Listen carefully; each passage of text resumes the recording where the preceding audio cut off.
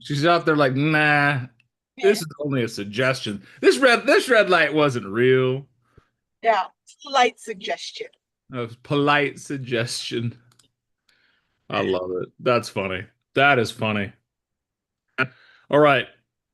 It is Wednesday. Wednesday rhymes with Wednesday in my head, anyways. Let's hear your wins. Yesterday I got a Zillow lead that's a pretty high intent buyer. Got him hooked up with our Zillow loan officer, and he called me back and was kind of saying the same thing. He, Awesome, dude. yeah, we're gonna go see the house on Saturday, and he was making it seem like he kind of, if he likes the home, he's just gonna pull the trigger on it. And Did you there's a start the conversation through text or through a phone call? through a phone call. He called in. He Okay. called in through a Zillow connection, so we got to talk first, which is always nice. Set him up with the Zillow lender because he had already done the application through Zillow, and got them hooked up. He's pre-qual. I'm gonna get the Arizona pre-qual today, so It's good, man. Congratulations. That's awesome. thank you. I have a question. Did you mention the buyer broker agreement? Yeah, yeah. Okay. So he hasn't signed it yet, but to be fair, he was signing. He was getting pre-qualified for a few hours yesterday. So, but That's All cool. right. He willing to take the step right there. I love that. Good question, yeah, Jess.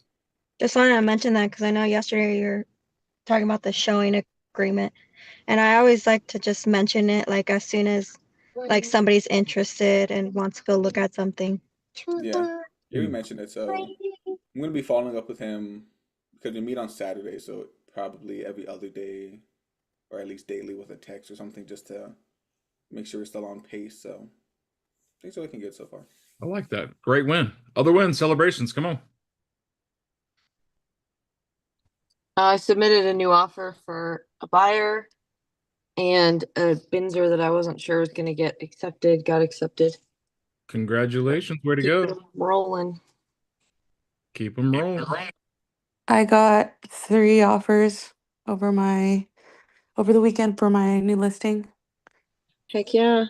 Not too shabby, Fabby. Not too shabby. See, that's a good rhyme right there. Oh, come on. You guys know I'm on it.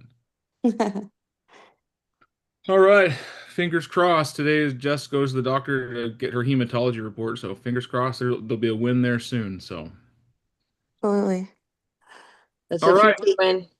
Huge win. Let's hear from you. What are the conversations, topics, or objections that you're working on this week that have been challenging or that you want to work on some more? So I'm hearing something. I don't know if everyone else is.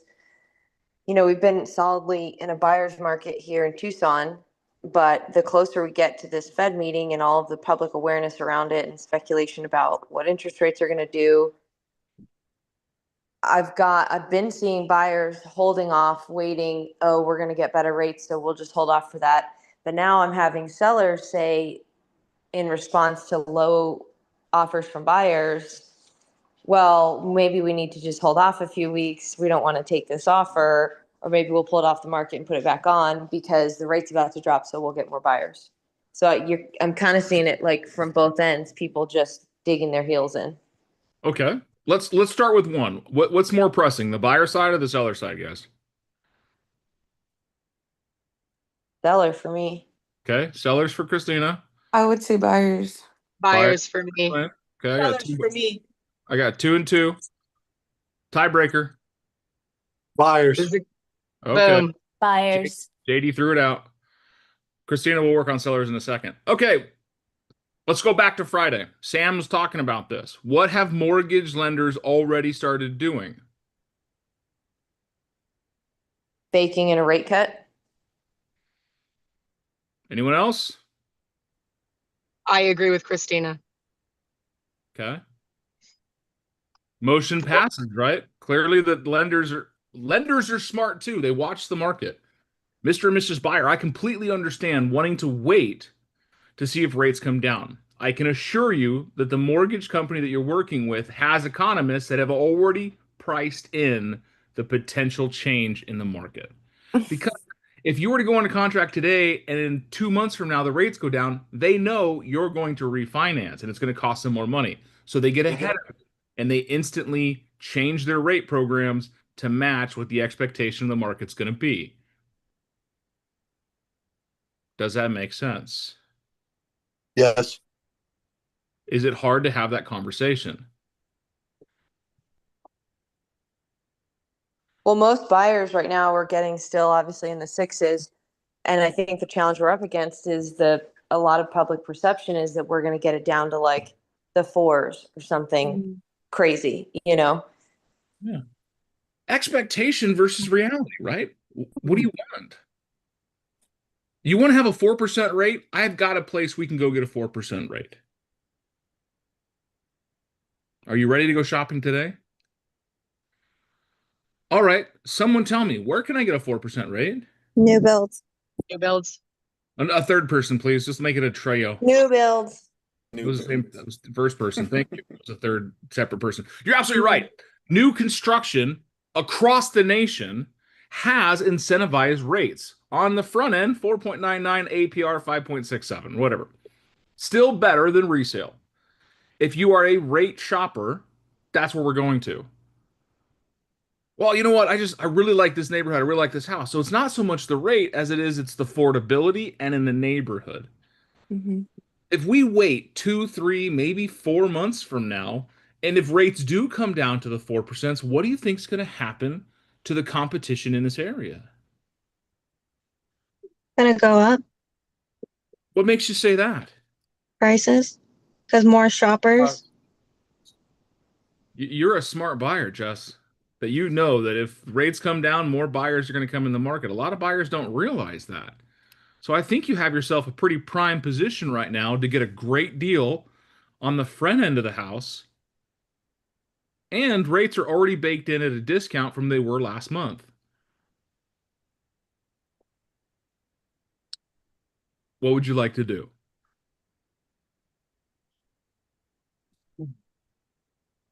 It's a confidence thing. Do we understand what's happening in the market? Do we understand what's happening with mortgage rates? Pop quiz. Does the Fed control the mortgage rate? No. Does the community at large know that? No. No. Every post I see on TikTok or Twitter or X or anything that says anything about rates coming down or not coming down, or there was a video about the Fed chairman saying, well, we're going to keep our rates the same, which was from 4 weeks ago. They just repurposed it to make it seem like nothing's changing. All the comments are like, bring rates down below 4% so people can finally afford a house. Damn. No one wants, the Americans to be homeowners anymore. It tells me that the community at large does not know the Fed doesn't control mortgage rates. Hell, I'd have to say most agents that aren't on this environment that talk about this stuff don't know the Fed doesn't control mortgage rates. What do they affect? Consumer rates. Which are? Someone other than Caitlin and Christina. Is groceries one of them? Groceries are not Consumer rates? The rates banks get to loan. Tell me more, Mara. Mara's coming from a background in financial I was stability. like, Mara's got Dwayne like Mara's got Dwayne in her back pocket. co-chairing. Yeah, just because banks get a lower rate doesn't mean they pass it on. With consumer debt so high, they're not likely to. Typically short-term debt as well. Let's simplify it, guys. Let's speak in a way that is consumable to the masses. Credit cards, auto loans, student loans. Are mortgages part of that? No, they're not. So if the rates come down, great. Will it affect your mortgage payment? Who knows? Buyer side's pretty easy. You got to educate them. But don't educate them in a pompous way like, you're wrong. Listen to me. No, ask them questions. What do you know of the Fed? What do you know of the rates that they change and control? How deeply are you watching the market, right? You might be dealing with a buyer that's an economist that has a license or a degree or a certificate from Eller on economy and mathematicians. He's a mathematician and he's going to school you on numbers. So ask questions, one, so you understand what the buyer knows, and two, that you can align with them, not become adversarial. I want to wait for rates to come down. Why? What is it about rates coming down that's keeping you from putting an offer in today? Well, I want my payment to be X. Okay. Well, right now, the sellers don't have multiple offers. And we can get sellers to get concessions and credits to you that we can use to buy down your rate. If I were to save you $10,000 on the sales price, it would affect your payment about $70 a month. But if we take that same $10,000 and I get the bank to buy down the rate, and the seller's going to pay for it, that might save you $150 a month. How good does that sound? Yeah, to your point too, Dan, it's like there's, like you said, there's a ton of agents out there, which is like, it's okay. We don't have enough education around this, in general, I don't think. But I was trying to negotiate a Binzer with a buyer's agent, and we were talking about some pretty hefty credits. And I said, well, have you talked to the lender to see where this would be most applicable? Like, instead of doing this, maybe we offer something slightly below that, and they put that toward a rate buy down. And he was like, my clients just want a lower purchase price. And I said, instead of applying it to a rate buy down? Yeah. And he said, yeah, that's what they want. And I said, oh, that's interesting. If it were me, I would have wanted to pay less per month, but that's just me. And he was like, and you could tell like he was coming back with a response. It was like, never mind, I'm going to cease this conversation because you have no idea what I'm talking about. Good for him. I had that same conversation with the listing agent. She didn't understand what I was trying to get at with the credit. She's like, we try to make it simple. I was like, this is simple. That's the thing. It's like sometimes you're like not just hand holding your client, but it's like we're facilitators of an entire deal, right? Where we're trying to kind of bring the agent on the other side into the big picture to find the win. Right. And we're actually going to have a class today at 10 o'clock Arizona time. You guys are more than welcome to join. I'm going to be teaching on tactical contracts, different ways to weaponize the offering, the lending, the credits to help your deals go through. If you want to be a part of that, the link is KW at the KCN. No, it's not. KWAZ classroom. Will that be recorded? Nope. Boo. Not for public dissemination. I can tell you that. Okay, fine. I'll send my bot to watch. What time again? I think 10 o'clock, the contract series today. Buy downs aside, which you can definitely, tons of plans with lenders these days. They're getting very creative in the way the programs that they offer. I'm sure you guys know that more than me, but it is generally true. I mean, they don't, the Fed does not control the mortgage rates, but it does control the other rates, which would incentivize a bank to pass that on to a buyer or a lender. So in a weird way, it is still connected. I mean, it's not just cut and dry. So what I mean is if the rates do get lowered, you are likely to possibly get, or there's more likelihood that you will have a lower mortgage rate that's offered. Not always, JD. Here's why. Not always, but I'm just saying. A couple Fed meetings ago, they lowered the Fed rate. Mortgages went up. So it's not always comparable. The Fed rate sets a target range, and this influences the short-term borrowing, like credit cards, auto loans, business lines of credit. The ripple effect you're talking about is when the Fed raises or lowers that rate, it affects the yield. And that is the treasuries, student loans, mortgages, even savings account, I think, are affected by it. But that looks at the market. The market then goes, okay, let's look at long-term, 10-year plus deals, which the 10-year treasury is what the conversation is around, is the benchmark for mortgages. And they are supply driven. If I have a shortage of loans coming through, meaning that I'm the lender and I'm not seeing the 100 mortgage apps a month that I'm used to seeing, I'm going to price my product, which is the interest rate, lower so that I can incentivize more people to apply. Supply and demand. Investors expect this change. That's why they already price in a lower rate now before a Fed meeting. We're at like an 85 to 95 percentile chance that the Fed is going to lower the short-term rate. Yes, will it have a ripple effect on the market? We're expecting it. That's why we've already seen rates come down 0.3% since this time last week. That's all I was referring to. Yeah. That's what we talk to buyers about is it may or may not help you. Because if the rates come down and more buyers come in the market, did it help them? No, because now you're paying $10,000, $15,000, $20,000 more for the house because you have competition to go up against. More people want that gallon of milk, I can then sell that gallon of milk for more. If nobody wants a gallon of milk, I got to give it away. Buy my gallon of milk, I'm going to give you a slice of cheese with it. Sellers right now have to incentivize. Why do you think new builds have all these great rates and all these great things, and they'll do your backyard with gravel, and they'll do some backsplashes for you. They'll rub your back and paint your dog purple. They'll do whatever they can to sell a property. Why do you think that is? He wants a deal. Because of the market. Do you think they have inventory flying off the shelves? No. No. No. If they did, what would the situation look like? Not They paying wouldn't. co-broke, not incentivizing as much, higher Yeah, interest they rates. wouldn't talk to us at all. They wouldn't pay us at all. They wouldn't give away interest rates. And they would say, you know what? Buy our house or kick rocks. We don't care. If you were in business 5 years ago, you saw this. Yeah. New builds didn't give a shit about you. Great. You brought your client in to look at the model. There are 16 people in line to buy it. Take a number. We'll pull. They did lotteries.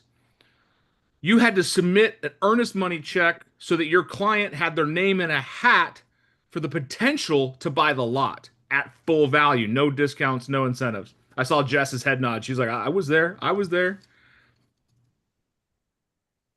So rates coming down may help your buyer. I want you to tell it's not a guarantee. In real estate, your job is to add perspective. Your number one job, I think, is to apply perspective. And that's, let's look at the entirety of the situation. This is what you're looking at. Here's the reality. If rates come down, it will help you if you're the first one in the door. If more competition comes through, it might put you in a position where you're actually behind.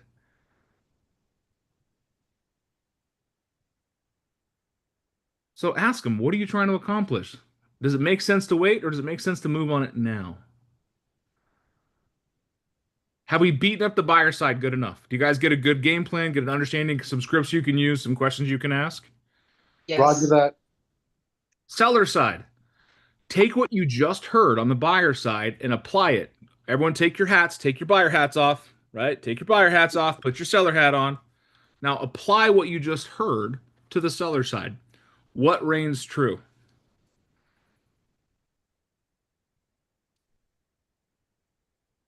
Right? The seller situation is, why don't we wait? Let's not take this offer. Let's wait a couple of months and see what happens. Bird in the hand. Right? Bird in the hand, right? If rates coming down, I'm going to get more buyers. Maybe. Yeah, you're also going to have other sellers going, oh, great, there's a lot of buyers. Now, since I've been waiting to list my house, I'll go ahead and put that on the market. So now we're potentially having more buyers, but we've also got more sellers and more people that are putting something out there for them. What market can we advise them on? The market of today or the market of tomorrow? Today. Okay. So we all know that. We all know that none of us have a crystal ball. And if you have a crystal ball, shame on you, you selfish jerk, for not sharing it. Right. JD's like, my bad. No, all I meant was that it's perception too of the buyer, whether it's correct or not. If they think because rates go down, they have a better incentive to buy, then they might, make the jump as far as, you know what I mean? Yeah, we're off the buyer side. We're going to the sellers now. Sure. Well, when your seller says that, it says, hey, I'm going to wait for a couple of months to go back in the market, and then we're going to have more buyers because the rates came down. Let's look at that. What's in a couple months from now? Let's think, what is couple? Holidays. Oh, wait. Yep. 2 Sorry. months, right? 2 months. So that puts us in October, November. Yep. Wait till the seasonal downtime to sell your house. Or you can catch it on an upswing. Every market, JD's in the mountains up in Prescott, so I know it's a little bit different market. They have a hotter summer season than a winter season. We're in Tucson. We have a hotter. It's weird. Our selling season is July through the end of September. August is usually one of our best months. Strange, being it's 197 degrees here. Jesus. Know your market. Know the buyer pools. If you're selling a house in a 55 plus community in a winter vacation destination like Tucson, you don't have buyers until October, November. So waiting until then might be a good idea. If it's not in one of those communities, it might not be. So let's take one scenario, pull away the single focused perception and add others. Okay, you're in a blue collar environment where most people do their buying between October and November. Why would you want to skip that season and go right into November, December to put your house in the market when rates are coming down and potentially having more sellers to go up against? Capitalize on what you can sell now. Because even if rates come down, it doesn't guarantee that the market is going to increase. In order for rates to come down, economic sentiment needs to be negative. The Feds, the Treasury yield, the investors all have to see economic peril for them to want to lower the rates.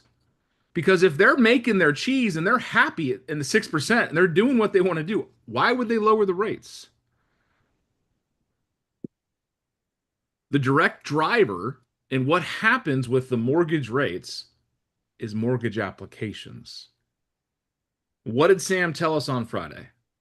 Are mortgage apps up or down? By a show of thumbs. Yeah. I couldn't remember. They're down. Oh. We have not seen an uptick in mortgage apps. Now, this Friday may be different, and that's why Sam's on every Friday, because the market changes week to week. But to go out there and sing from the rooftops, the rates are coming down, the rates are coming down, you're going to get more buyers. It might be a misnomer. It might be wrong information. And why do I see might? Fabi got 3 offers on her listing. We got listings in Tucson that haven't seen a showing in 3 months. Different markets, different client pools. And different strategies. Yeah. You got a Sellers house that aren't willing to incentivize, they're sitting. The ones that do, getting multiple offers. gone. Yeah, the ones that are making it make sense for the buyers, you're giving them a reason to buy. So if you Can I want to ask a sell your question? house for more, get it on the market and let's get it sold for more. Because I can't tell you what's going to happen in 3 to 5 months. Because if I look back and our crystal ball has a rear view mirror in it, it's going to show me that the rates have come down since this time last year, but the sales are down, volume is down, values are down, buyer sentiment is down. What makes you think it's going to reverse itself? The orange man does not have control over the economy like everyone thinks he does. Probably as much as he thinks he does. Probably going to get a comment from him on the YouTube video later. See me in my office. All right, Trump, get out of here. But what we know drives the market is supply and demand. Are you selling a commodity? Everyone say no. Commodities are barrels of fish, bales of wheat. They're the same thing produced millions of times. You are selling a custom one-off product, right? Everyone should be saying yes. And in so, it deserves its own strategy. And Christina said this, and she said it beautifully. You got to have a strategy. There's different strategies for selling. So Christina and I sat down a couple weeks ago. We talked about a strategy for her new listing that she got coming up. What happened with that? Didn't you get an offer the first time? Which one? The one where the sisters. Oh, yeah. No, we had nothing the first 2 weeks, not even a showing. And then it was like, I don't know, like it got stuck in the ether somewhere. And then all of a sudden we got 5 showing requests in 2 days and multiple offers. I think rates create a good conversation, and I want you guys to be prepared to have it. Because a lot of consumers are out there are looking at the rates, not realizing that there's a whole lot more in the equation than just the interest rate. Are buyers really interested in the sales price? Or are they interested in the affordability? Usually affordability, getting a good deal. Right. Raise your hand if you've paid cash for a house. Nope. I was just waiting for someone to raise their hand because I know whose house I'm coming to for Halloween candy. You rich bastard. No, because you probably went, you talked to a lender and you said, this is how much money I make. And the lender said, this is how much house you can afford. And you're all, that's great. And you went to your realtor and you said, the lender says I can afford this much, but I want to push my luck. Every one of you did it. I know. I did it. You pushed your luck and you got a bigger house than you should have because you got a good deal because you're a great negotiator. But it all came down to the monthly affordability. It has to be comfortable. I don't want people to be house broke. That's why you look at, okay, what payment do you want to be in? Well, I want a $400,000 house. Okay, what's important for $400,000? Oh, I want my payment to be X. Okay, great. Open up the opportunities by opening up their perspective. If people keep it pigeonholed to, I want to have this only because of the rates, you're not looking at the big picture. There are buyers out there, and especially agents, that don't understand that the lender can buy down the rate.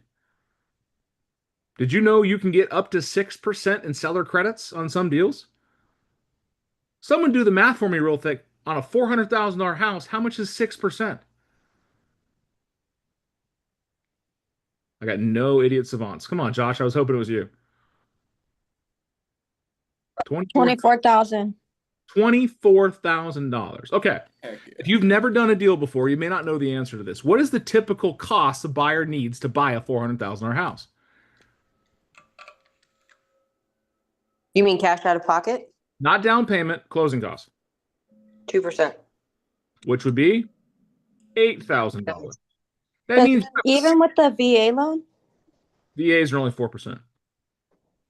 You mean closing costs on VA loan, Jess? No, Yeah. VA loans are more expensive. A little bit more, just a tad bit. That's a whole nother conversation about that includes entitlement and subsequent use Yeah, there's. funding rate. We're just talking on the average. That means you have $16,000 that you can work with to buy down the rate. That's huge. $16,000 that you can utilize to buy down the rate. And if it's 1% of the loan amount per quarter point, you could buy down the rate a full 1%. If anyone's ever done a mortgage calculator, what does 1% difference do on a payment? A lot. A lot.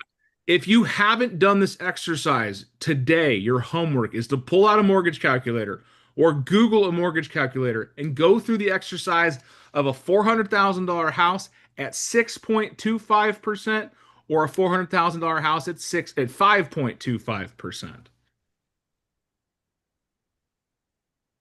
A lot of you guys are, box of crayons, time of thinkers. So I want you to physically do it yourself, do the math, and show them what they're saving.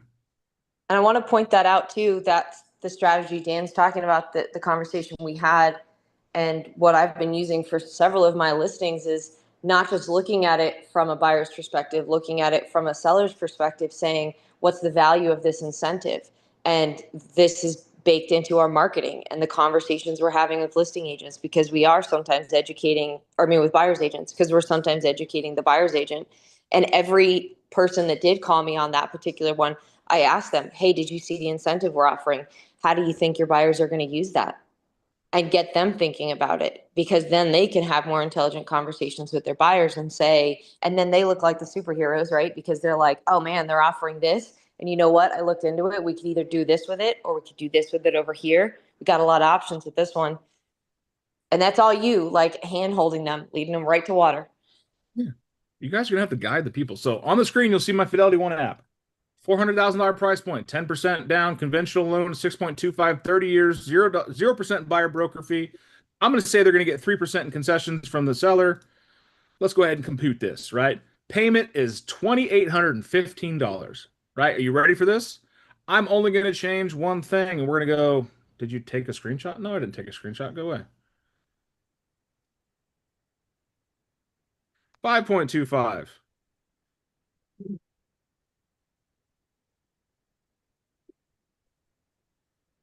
I don't know about you, but that's about $300 a month. And if you take that same amount that was applied for a buy down and you just take it off the purchase price and rerun those numbers, it's gonna be a Here. sad story. Let's do it. Let's do it. Let's play it around. Even though my thing is freaking out, thinking I'm taking screenshots because I'm screen sharing. Get out of here, machine.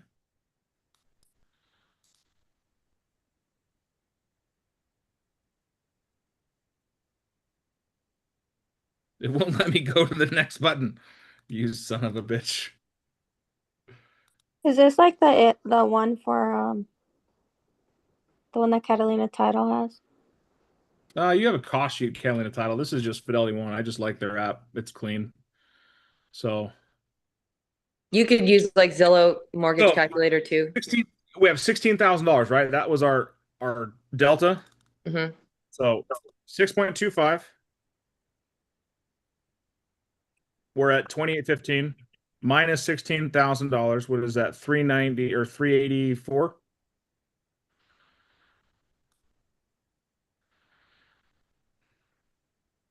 $100.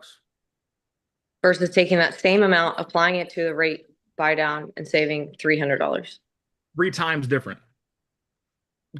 2.5 times different. Just be conservative.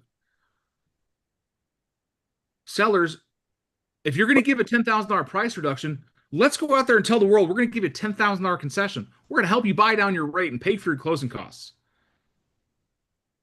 And I'll even throw in an air fryer. If you have a good lender too, a three-way call during this time is helpful. If you talk to them beforehand about what you're going to talk about, I find the lender that I've worked with is willing to do that. Yeah. Having good advocacy and good partnership goes a long way, my friends. Did you learn something today that can help you in conversations with both buyers and sellers around rate changes? Yes, sir. Yes. And Jim, was that Eli that was on the call for 14 minutes and then left? The man has no suitability.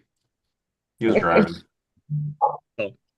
All right. What was one thing you learned today? I want some ahas because it lets me know that you were listening.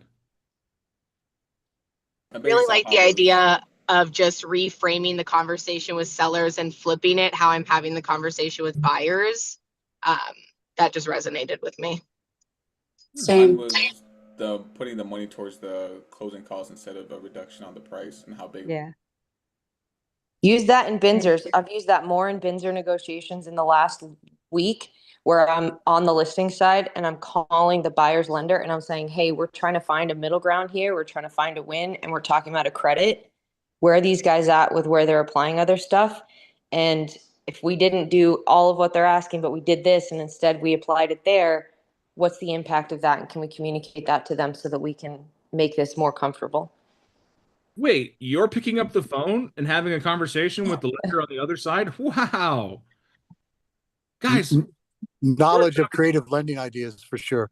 yeah, we'll have more of that come Friday with Sam. Finance Fridays, join into it. I hope you learned something you guys can put into use and make yourselves more impactful in the market.